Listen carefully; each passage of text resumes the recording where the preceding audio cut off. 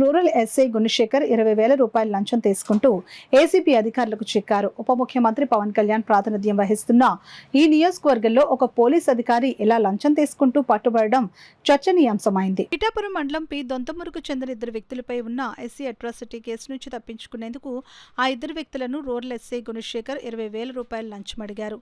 సదరు వ్యక్తులు అంతా మొత్తం ఇచ్చుకోలేమని చెప్పినా ఎస్ఐ వారిని ఇబ్బంది పెట్టడంతో ఆ 2 వ్యక్తులు ఏసీబీని ఆశ్రయించారు. దీంతో ఏసీబీ డీఎస్పీ కిషోర్ కుమార్ ఆధ్వర్యంలో పిఠాపురం రూరల్ పోలీస్ స్టేషన్లో చేపట్టిన దాడిలో 2 వ్యక్తుల నుంచి 20,000 రూపాయల లంచం తీసుకుంటూ ఉండగా ఎస్ఐ గుణశేఖర్తో పాటు అతని డ్రైవర్ శివను కూడా ఏసీబీ అధికారులు అదుపులోకి తీసుకున్నారు.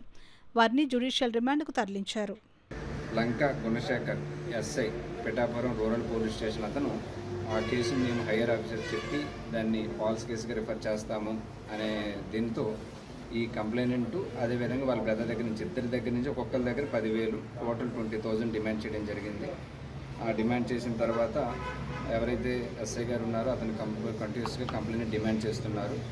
ఆ కంప్లైనెంట్ అతనికి ఏదైతే బ్రైబ్ అమౌంట్ ఇవ్వడం ఇష్టం లేక మమ్మల్ని అప్రోచ్ అయ్యారు. ఈరోజు కూడా ఎస్ఐ గారు అతనికి కాల్ చేయడం జరిగింది. అతను ఎవరైతే కంప్లైంట్ దుర్గాప్రసాద్ ఉన్నారో మమ్మల్ని అప్రోచ్ అయ్యారు. మేము ప్లాన్ చేసి అరౌండ్ 9:30 ఆ టైం అప్పుడు కంప్లైనెంట్ ఎస్ఐ గారి యొక్క ఇన్స్ట్రక్షన్స్ మీద అతని ప్రైవేట్ డ్రైవర్ అయిన నల్లా శివ గారికి ఆ అమౌంట్ ఇవ్వండి అని చెప్పారు కంప్లైనెంట్కి.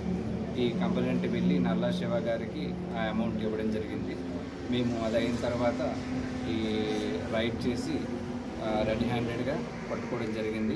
ఆ ఏదైతే టైడ్ అమౌంట్ 20,000 ఉందో 20,000 నల్లా శివ ప్రైవేట్ డ్రైవర్ దగ్గర నుంచి రికవరీ చేయడం జరిగింది.